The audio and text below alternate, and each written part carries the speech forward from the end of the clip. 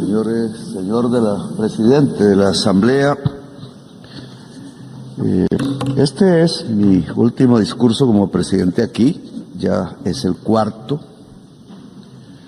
En el primero anuncié a la Asamblea que era muy posible que estallara un conflicto al lado de Ucrania en Palestina. Pedí que se hiciera una conferencia de paz. Los que no tenemos bombas ni grandes presupuestos no somos escuchados aquí, pero 4 años después, ya hoy,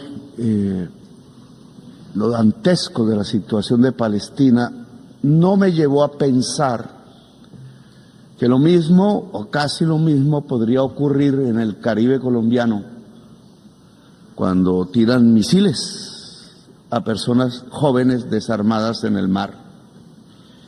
Y entonces ahora estamos ante una situación diferente, quizás más global. La barbarie hoy es del planeta, hoy cae sobre la humanidad entera. Los misiles sobre 17 jóvenes desarmados en las aguas del Mar Caribe, quizás algunos colombianos. La persecución, aprisionamiento y encadenamiento y expulsión de millones de migrantes, los misiles que caen sobre las 70.000 personas en Gaza y los matan, la falta de acción sobre la crisis climática, cuyas palabras se borran por orden de Trump, están ligados y obedecen a la misma causa. La migración es una excusa para que una sociedad rica, blanca y racista se crea la raza superior y no mire que sus dirigentes la llevan con toda la humanidad al abismo de su propia extinción. Dicen que los misiles en el Caribe eran para detener las drogas. Mentira, dicha aquí en este mismo sitio. En el año 2023 y 2024 fueron los años donde más cocaína se incautó y más de 700 capos del narcotráfico fueron extraditados a Estados Unidos y Europa. Los extradité yo y la cocaína la incautó mi gobierno. Y no tiramos un solo misil ni asesinamos ningún joven. Los años donde probé que es más eficaz sustituir voluntariamente con los cultivos de hoja de coca que erradicarla forzadamente con glifosato y fuerza sobre los campesinos pobres de Colombia. He cambiado la fracasada y violenta guerra contra las drogas por una eficaz política antinarcotraficante, que es diferente, no confundir la sustancia muerta con la persona codiciosa. Pero necesitan violencia para dominar a Colombia y América Latina. Necesitan destruir el diálogo e imponer y lanzar misiles asesinos sobre jóvenes pobres en el Caribe. La política antidrogas no es para detener la cocaína que llega a los Estados Unidos. La política antidrogas es para dominar los pueblos del sur en general. No mira la droga, mira el poder y la dominación. Por eso hablo ante ustedes como un presidente desertificado por el mismo presidente Trump, sin que él tuviera ningún derecho a hacerlo, ni humano, ni divino y sin razón mental. Quieren violentar y forzar a decenas de miles de campesinos desde el gobierno de Estados Unidos, que está influenciado por políticos de poder colombianos mafiosos. A centenares de miles de campesinos colombianos los han masacrado como masacran a los niños en Gaza. Las masacres fueron hechas en Colombia por políticos que eran senadores, presidentes, ministros, ligados y sobornados por la mafia colombiana del narcotráfico, aliados al mismo tiempo a la extrema derecha de la Florida en Estados Unidos y ahora aliados al gobierno de Trump, aliados desde hace décadas a los capos del narcotráfico de la cocaína en Colombia, verdaderos esquifos, como dicen los italianos. Aliados a esquifos, hacen la política antidrogas desde Washington, Estados Unidos. No sé si Trump sepa que su política exterior hacia Colombia, Venezuela y el Caribe es asesorada por colombianos que son aliados políticos de la mafia de la cocaína. Yo mismo denuncié con nombre propio a estos políticos del paramilitarismo narcotraficante. Con nombre propio por una década en el Congreso de la República siendo senador, y me quisieron matar muchas veces por ello, y quisieran que no fuera presidente y me callara y me silenciara, y ahora quieren que no continúe un nuevo gobierno progresista, y por eso me desertifican casi que personalmente y calumnian a Colombia. En Colombia se ha incautado la más alta cantidad de cocaína de toda la historia del mundo y lo hizo este gobierno y me desertifican. En Colombia hemos logrado detener el crecimiento de la tasa de crecimiento de los cultivos de hoja de coca que venía de 43% anual en el gobierno de Duque y lo he bajado en este año a 3%. Y no desertificaron a Duque, que tenía un financiador narcotraficante en su campaña, y sí a Petro, porque dice cosas y verdades. Luego, la política antidrogas no es para la salud pública de la sociedad, sino para la política del poder. No quieren que se haga luz en la América Latina y llegue de nuevo la hora de los pueblos. Los jóvenes asesinados con misiles en el Caribe no eran del Tren de Aragua, que nadie quizás conozca aquí su nombre, ni de Hamas. Eran caribeños, posiblemente colombianos, y si fueron colombianos, con el perdón de quienes dominan las Naciones Unidas, debe abrirse proceso penal contra esos funcionarios que son de los Estados Unidos. Así se incluye el funcionario mayor que dio la orden, el presidente Trump, que permitió los disparos de los misiles contra los jóvenes que simplemente querían escapar de la pobreza. Jóvenes en una lancha, si tuvieran un cargamento ilícito, no eran narcotraficantes, eran simples jóvenes pobres de la América Latina que no tienen otra opción. Los narcotraficantes viven en otra parte y no es en la América Latina.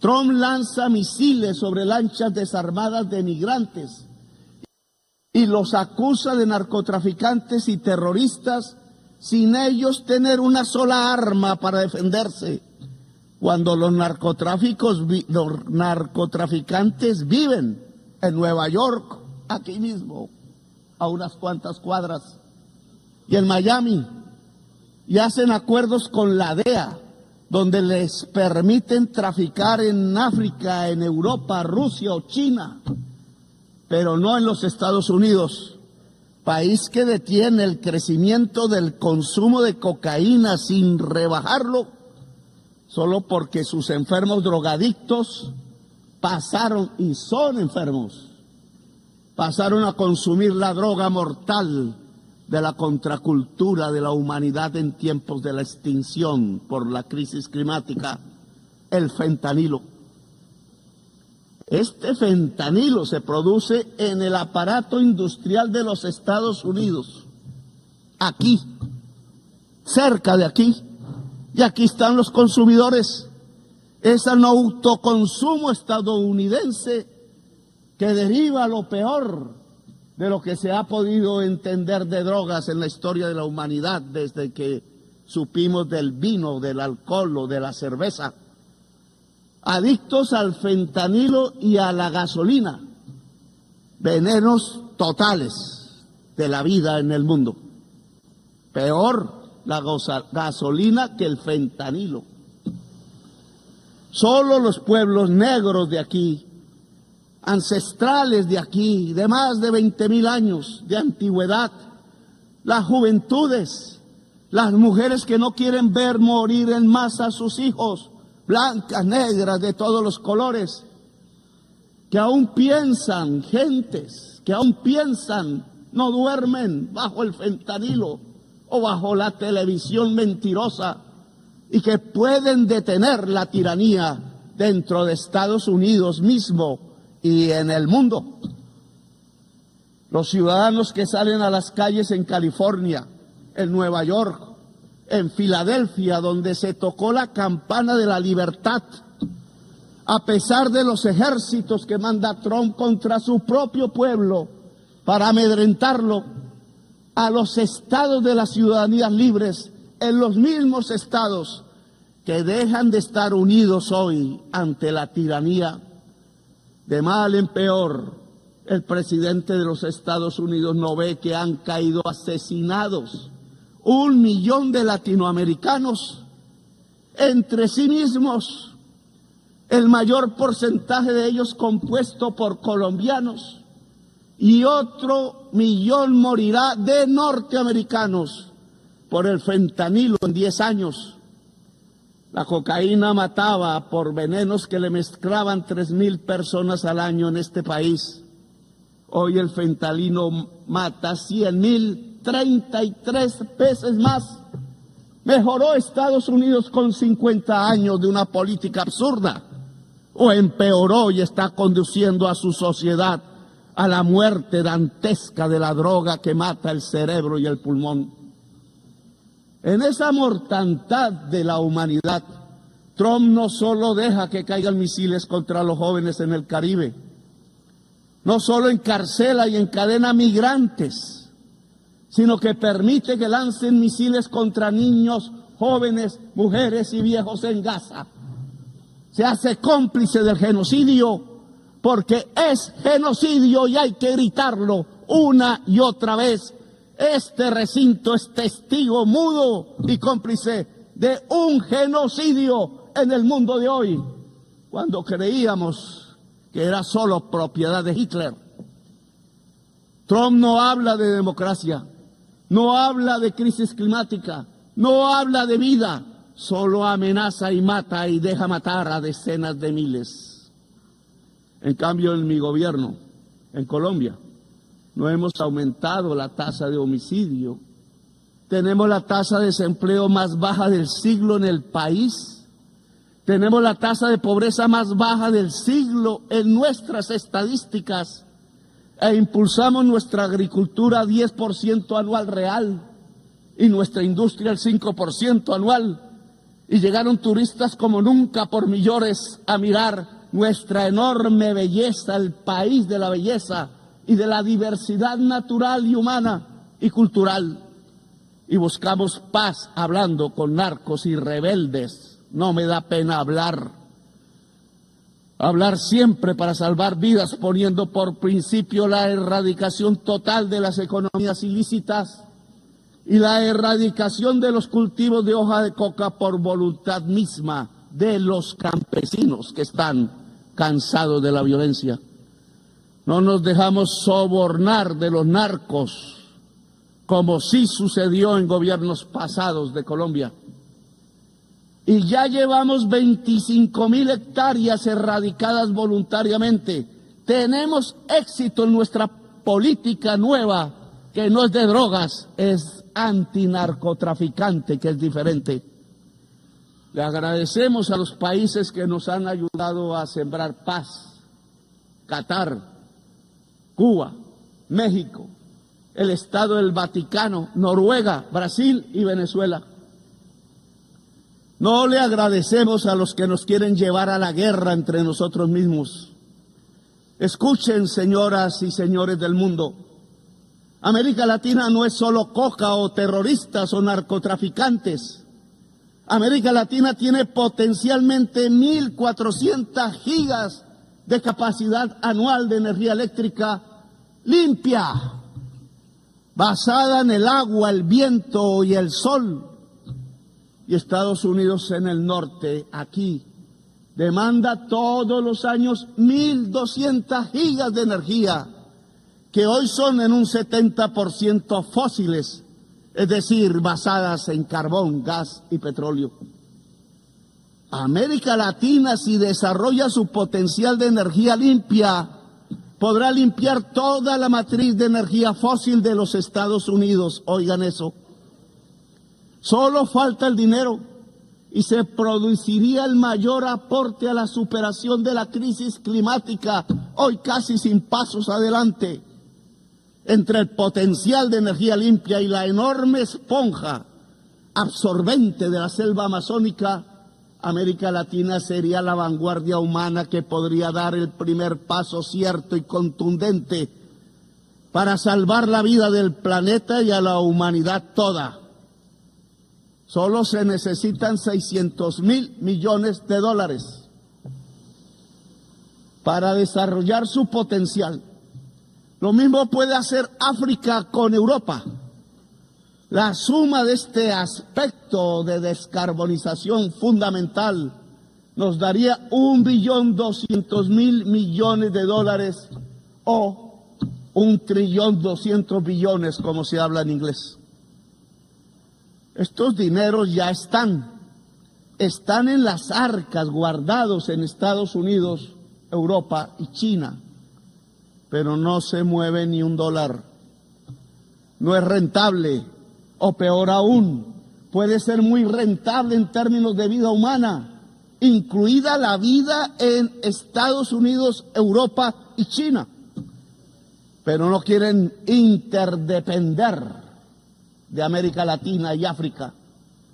Saben que unir la energía limpia de América Latina y África a las economías fósiles del norte no solo descarboniza el planeta, salva del colapso climático, sino que también cambia el poder mundial, el que aquí a veces habla, pero habla todos los días es con bombas y no con palabras. Lo vuelve. La descarbonización vuelve al poder una democracia global y cambia las relaciones de producción porque aparece primero la vida y la humanidad como prioridad sobre la codicia. La codicia es el veneno de la vida, es una contradicción antagónica, como dijera alguna vez Mao, pero no pensando en patrones y obreros, sino entre la codicia y la vida misma del planeta Tierra. Según la ciencia, tenemos 10 años para caer en un punto de no retorno. 10 años. Y donde ya pasemos a ese punto no se puede hacer nada. Solo observaremos las catástrofes y las sentiremos incluso en nuestra propia familia. Porque será, si me pueden, irreversible la extinción de la vida, incluida la humana. Irreversibilidad del proceso.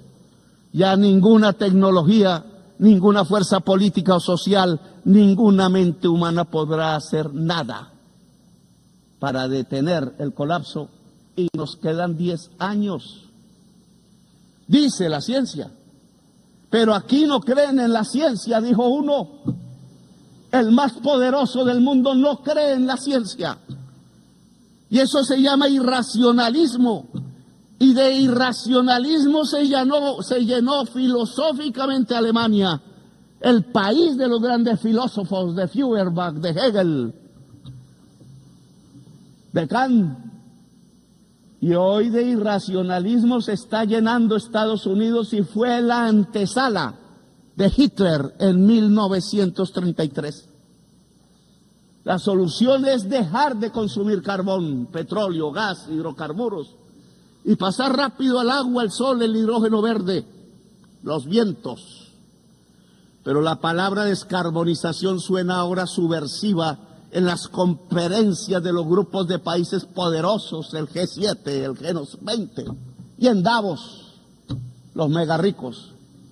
Como hace 5 siglos sonaba subversiva la palabra democracia aún aquí en Nueva York, en Cartagena, en Bogotá o en París y mucho más en Madrid.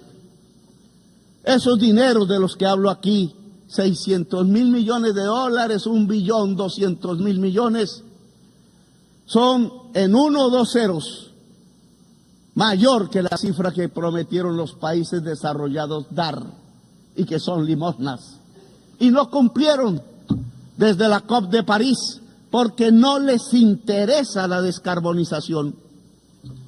Y es entre ceros la demasía de la cifra sobre los exiguos préstamos de la banca multilateral, que son eso, pura limosna inocua, pura ideología pensando que la rentabilidad del capital limpia la atmósfera y salva la vida. Mentiras ideológicas, fantasmagóricas, fetiches, para que no miremos arriba y no actuemos como humanidad. La crisis climática implica priorizar en todos los presupuestos públicos la inversión en descarbonización y adaptación.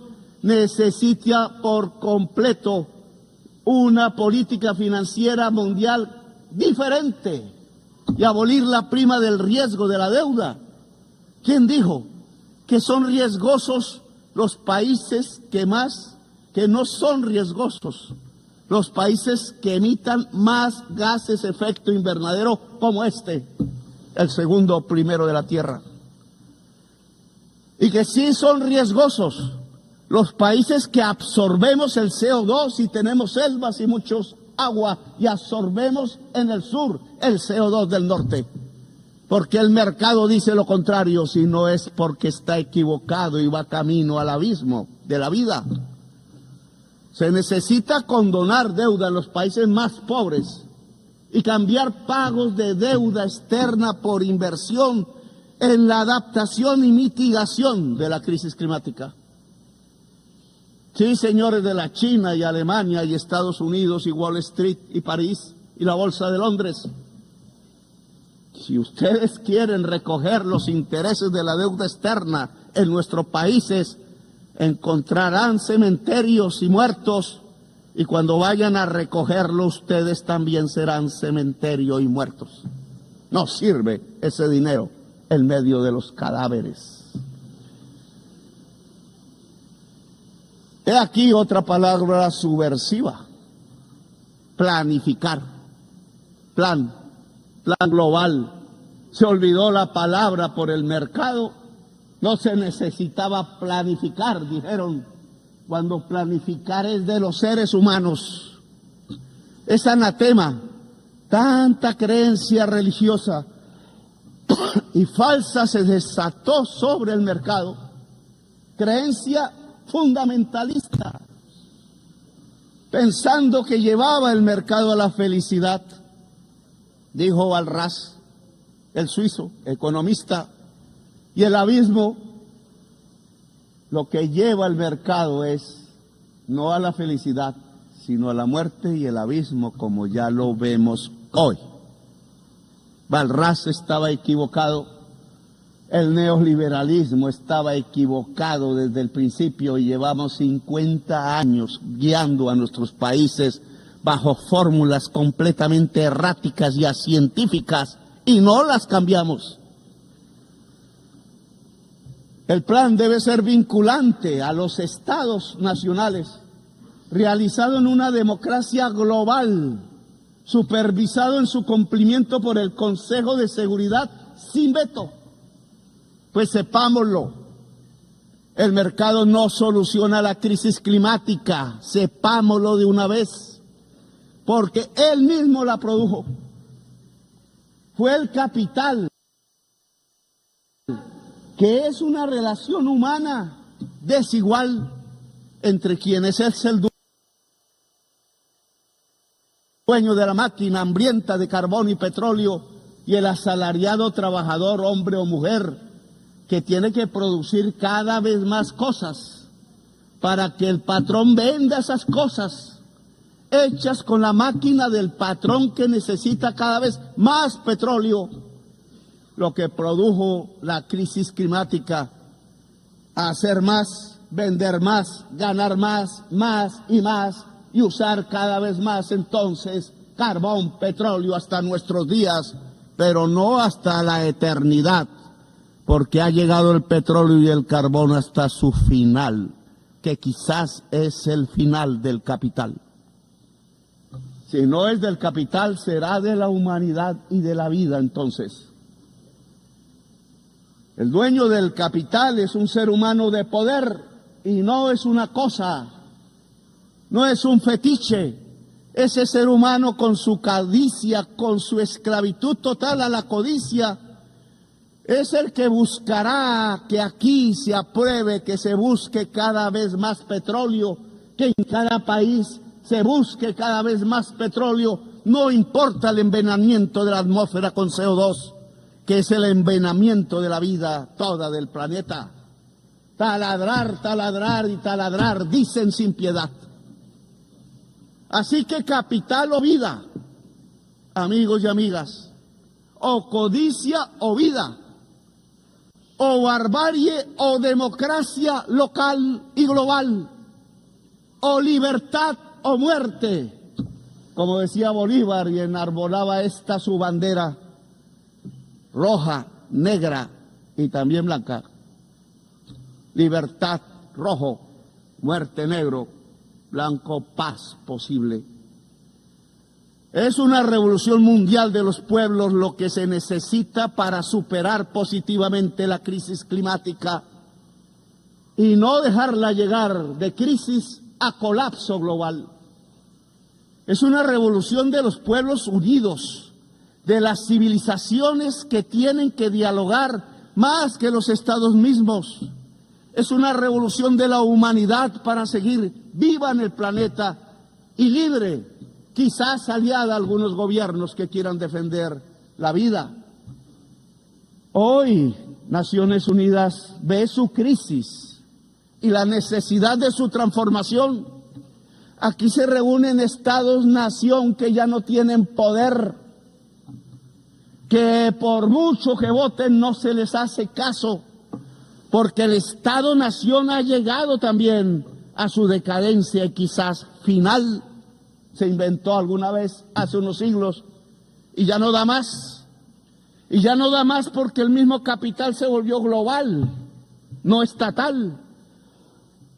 El socialismo de Stalin debió de volverse global y no estatal, pero Stalin no tenía las entendederas para ello y creyó más en la tribu y condenó en Yalta una revolución mundial en España, en Italia, en Grecia y quizás hubiera sido América Latina y otros. La humanidad es el nuevo sujeto político que aparece, no el Estado-nación. Y por tanto, Naciones Unidas se tiene que volver y transformar en una humanidad unida, aunque diversa. Está apareciendo un nuevo sujeto político en la historia humana y es importante y me parece espectacular. Y es que superamos la idea del Estado-nación para convertirnos en humanidad. Pero esa humanidad, para que esté unida y sea única en la acción, tiene que tener democracia en todo el mundo. Tiene que tener diálogo permanente en medio de la diversidad. Es la diferencia lo que nos impulsa la posibilidad de una coordinación eficaz de la acción a escala mundial. Humanidad que dialoga, sí. Humanidad civil, sí. Humanidad profundamente democrática, sí. Ojalá una humanidad de personas libres, que es su definición, su sinónimo, porque no puede haber humanidad esclava. La humanidad esclava no es humanidad, es bestia el que esclaviza, pone cadenas a migrantes, lanza misiles sobre jóvenes, acribilla con misiles niños y niñas en un poblado muy cerca donde nació Jesús. Esto ya no se resuelve con estados que hablan y no se resuelve con gobernantes sobornados por el petróleo y dispuestos a lanzar misiles a los pueblos del sur. Un nuevo sujeto político entonces aparece, la humanidad unida y diversa en sus culturas. Mientras el colapso se acerca y mientras las sociedades viejas y blancas de Europa y Estados Unidos siguen aplaudiendo a sus nuevos Hitlers de moda, no escuchan ni a sus jóvenes, ni a sus niños, ni a la humanidad, ni a las estrellas, ni a sus abuelos que murieron como héroes en los campos de Europa luchando de verdad contra Hitler y su idea criminal de una raza superior. Hoy hacen lo mismo que Hitler.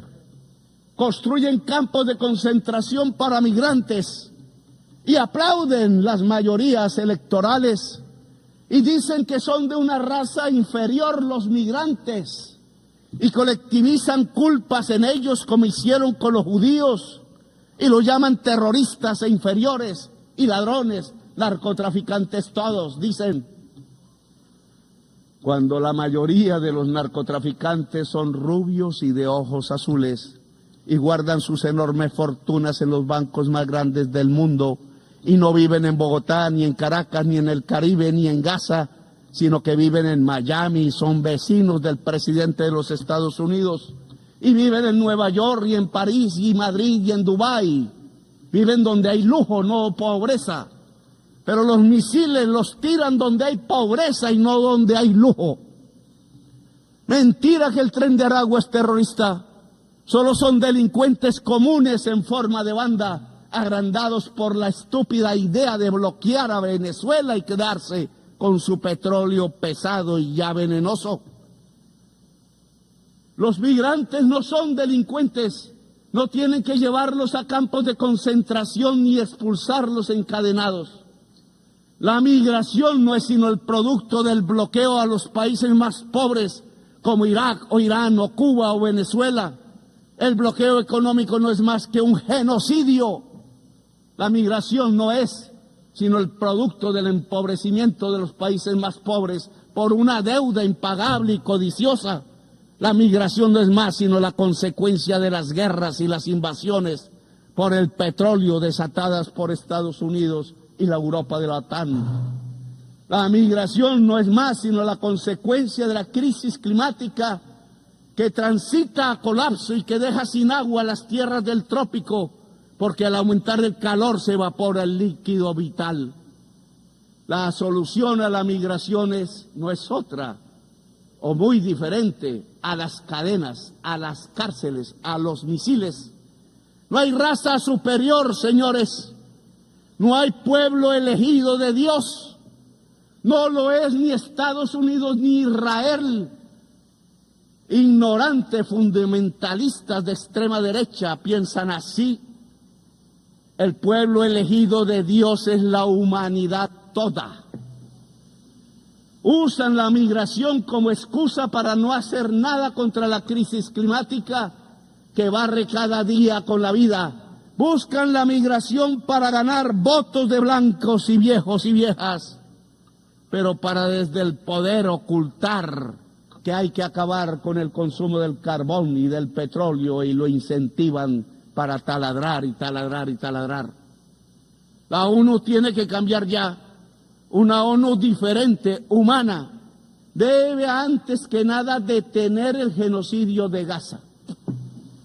La humanidad no puede permitir ni un día más de genocidio, ni a los genocidas de Netanyahu ni sus aliados en Estados Unidos e Europa, dejarlos libres.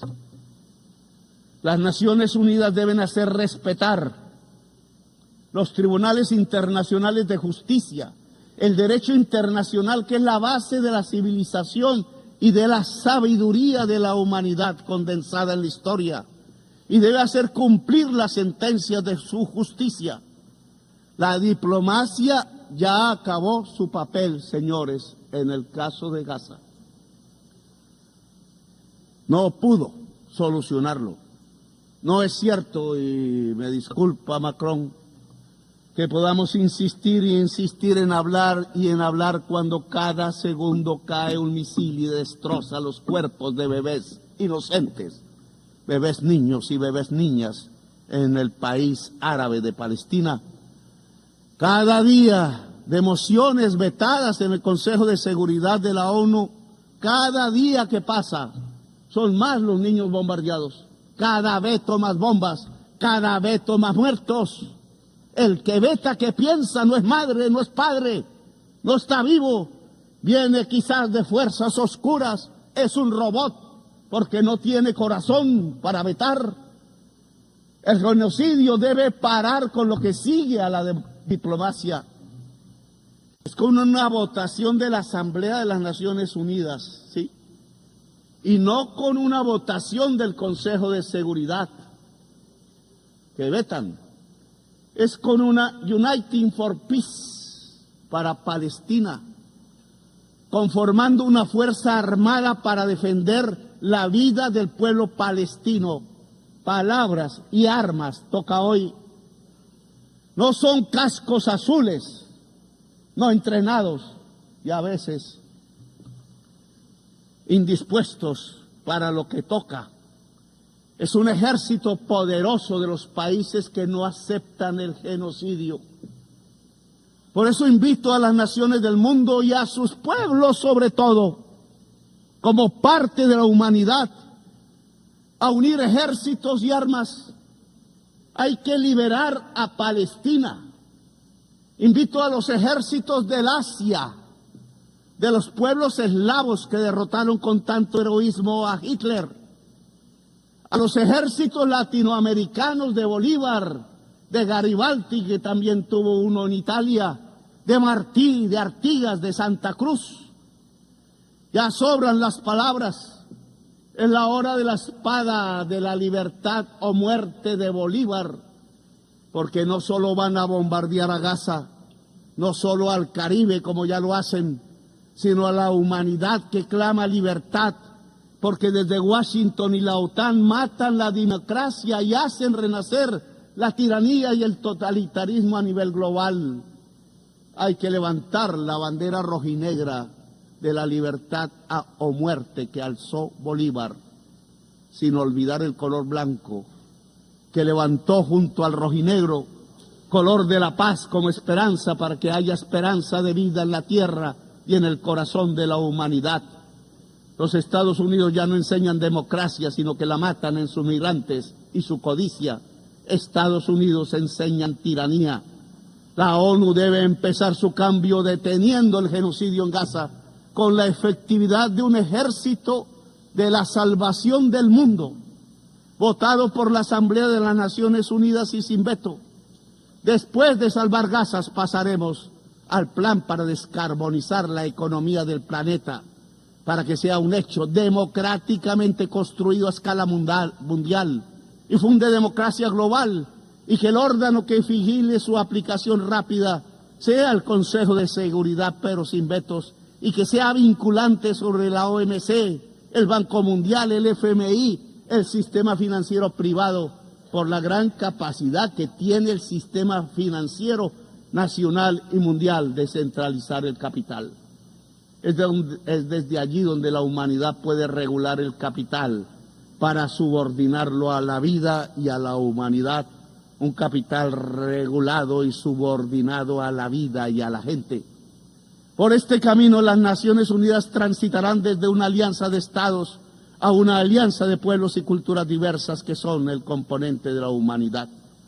Si superamos la crisis climática, y solo lo haremos unidos como humanidad, lograremos también que las Naciones Unidas den el paso hacia una asamblea de los pueblos, buscando que cada persona sea libre en el planeta, buscando que los cerebros de cada persona alcancen su máximo potencial y se interconecten en el planeta, porque ese gran cerebro de la humanidad, como inteligencia poderosa, alumbrado por la ciencia cada vez más profunda, podrá no solo salvar la vida en el planeta, sino cumplir la misión de la humanidad expandiendo la vida en las estrellas. Una humanidad unida y libre puede mirar las estrellas y alcanzarlas, tal como los romanos legionarios pensaron algún día antiguo, allí cuando se inventaron las palabras en latín ad astra. Ad astra, hasta las estrellas, siempre es la hora de la libertad o la muerte, y es real la muerte en misiles, pero también es real la libertad en el corazón humano y su capacidad de unión, de rebelión y de existencia. Gracias, muy amables.